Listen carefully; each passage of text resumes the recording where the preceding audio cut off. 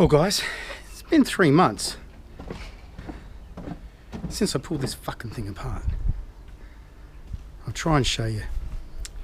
I'm ready to kick it in the guts. It looks like it's got some compression there. It may not be the best shot because I'm just setting this up rough as I speak. That's the problem with these jobs, is once I get into it, I just want to fucking finish it. Looks like we've got some compression. Well, it feels like we've got some compression. Some compression.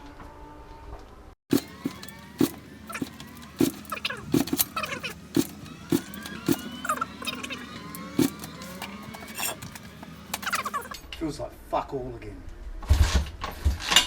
Not as much as it had when it started.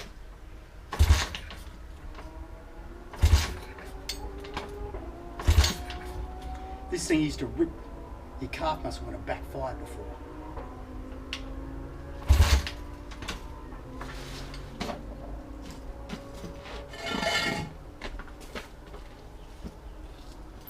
Just make sure it's not a fuel feed issue. We've got a full tank of gas. Just making sure it's not a fuel feed issue. We've got a full tank of fuel here.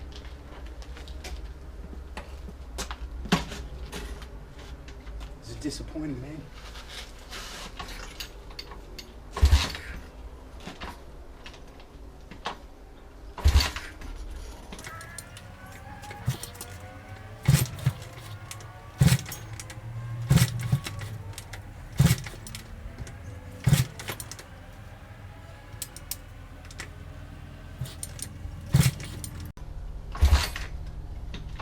Cleaned the carb, I've checked the spark, I pulled the head off, pulled the barrel off, I've lined the piston ring up, piston rings up 120 degrees out from everybody. Doesn't feel no different.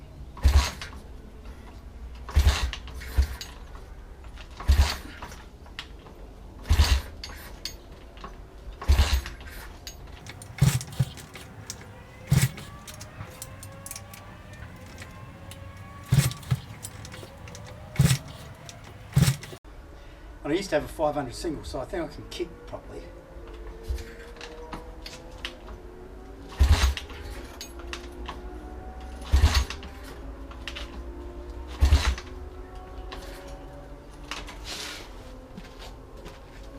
And fucked if I know. Fucked if I know what it is.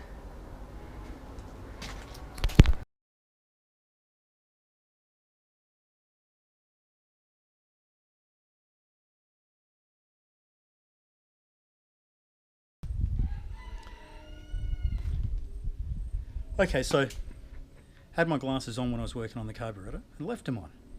I was looking at the inlet, and this inlet's been kind of problematic because, let me show you here. Ever since I put the oil cooler on, which apparently you're supposed to run, it interferes with accessing everything here and seeing what you're doing here. Now, I had thought that I needed the thermal insulator on there, and it's got that socket for the O-ring to go in there, and there's an O-ring on the face of this plate here, but I'm thinking, you know, that O-ring seals pretty well there.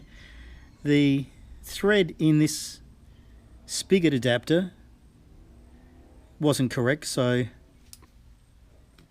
it wasn't tightening up because I didn't have the right bolts to go through it, and then when I had the bolts go through there and I cut a new thread into this spigot adapter, the bolts were binding on the manifold, so it was all a bit of a kerfuffle. So what I think is I had a fucking air leak in the inlet manifold, and being the all thumbs bum, I pulled the fucking cylinder off the fucking bike twice.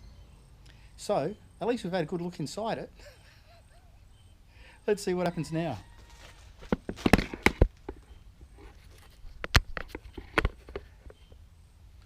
And I tell you, I'm sick of kicking this fucker.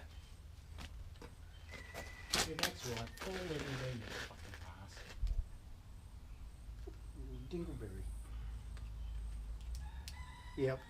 I don't think I need that insulator because I've got a whole fucking rubber insulated spigot on there now.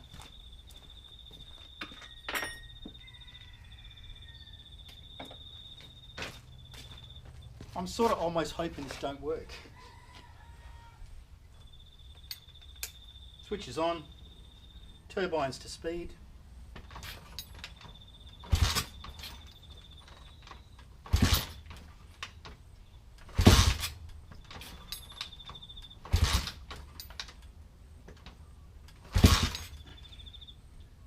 Put the choke on.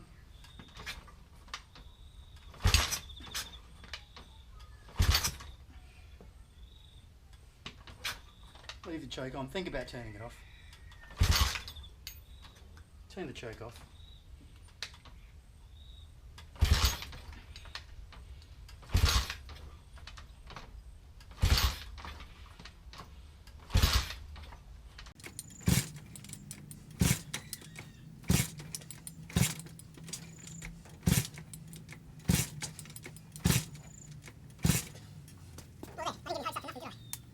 Start only, I said. No worries, I said. It'll be fine, I said. Used to have a 500 single, I said. Stand by. Well, I'm happy to report that I got it running, and it's kind of almost idling, and it's running like a real turd once it gets on a quarter throttle. So, I don't know, I might have to pull it apart again to fix the problem that I did when I pulled it apart before, when I didn't need to pull it apart, when it was just an air leak from the inlet manifold. But what do? It wouldn't start on the choke, didn't even have a sign of it, didn't give me any clues of it until it started, till I went through the carburetor. These are a lot of excuses that I'm giving you now, you know. I was too busy